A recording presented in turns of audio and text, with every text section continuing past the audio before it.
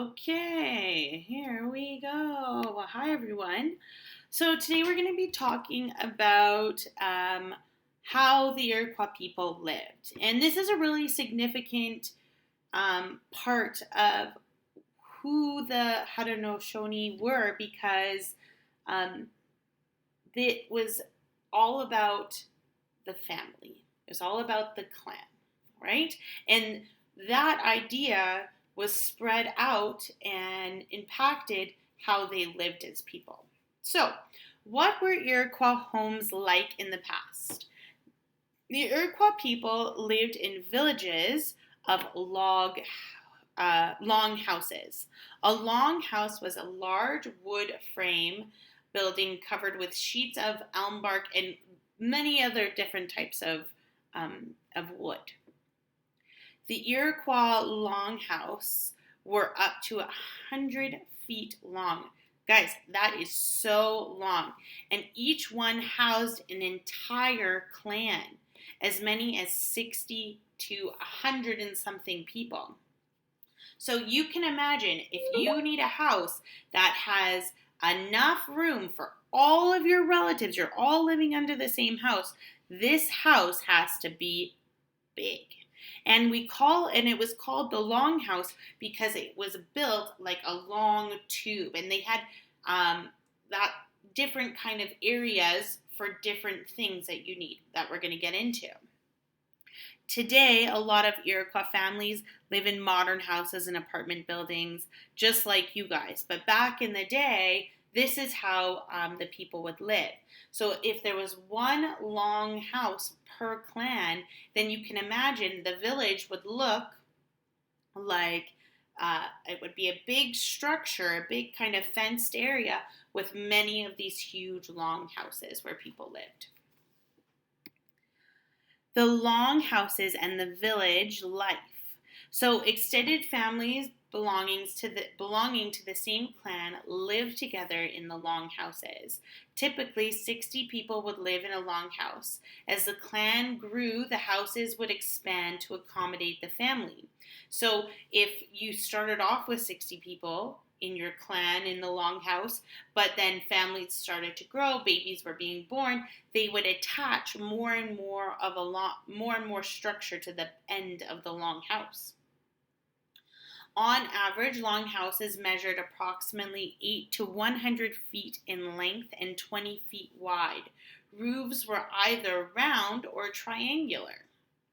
Men were responsible for building long houses, and the entire community participated in their construction. The long house frame was made from cedar or hickory poles. They may also have used elm as well, but we know that they used elm bark to kind of cover it. Smoke holes were located on the roof above the fireplace. The holes could be easily closed during bad weather, and doors were located at either end of the house. So because they did all different types of things in the long houses, they needed a way to get rid of the smoke because they did a lot of their cooking within the house. So those holes were really important so that people were safe within the homes, and they would make these holes. But also, it rains quite a bit in that area of Canada, and so in order to make sure that everything in the longhouse wasn't getting destroyed by the rain, they were able to plug the holes as well. So inside the longhouses, families had separate sleeping areas that were separated by wood screens. They shared several cooking areas. There were 2 platforms that ran the length of both sides of the longhouse. A low platform served as sleeping and a sitting area. As you can see right here, this is a great demonstration for the 2 platforms. So we have the low platform, and that's where people would do their sleeping. Then we have the higher platform, and that's where the people would put kind of their goods and their baskets and their food and all of the storage. Okay? In the 1600s, a typical Haudenosaunee village consisted between 200 and 3,000 people. So you can imagine if there are 3,000 people in one village, that means that there's quite a bit of these long houses in that village. Villages were located in clearings near forest areas and near waterways with fresh water, where fresh water could be obtained easily. The forest provided food and shelter for the Haudenosaunee, and villages were often surrounded by tall wooden fences or kind of like a fence. So these villages were chosen to be in a good location that they could find food in the forest, that they were close to water, and that they were kind of in a safe area. The Haudenosaunee people spent most of their time outdoors, except for in the cold winter months when the Longhouse became the center of the community life. Can you imagine? Of course you want to be inside in the winter. In the winter, people repaired clothing and tools and got ready for the busy spring ahead. Winter was also a time when people visited with one another, renewed friendships, and told stories. Through the use of stories, Native communities have passed along their oral traditions using life lessons, histories, and languages. So, the Haudenosaunee people didn't have a very strong written language, and they would spread their history, they would pass down their history through stories, through that oral tradition of telling stories, which you guys have learned about before. And just like the ancient Greece and their myths to explaining different moral ideas, so did the Haudenosaunee people.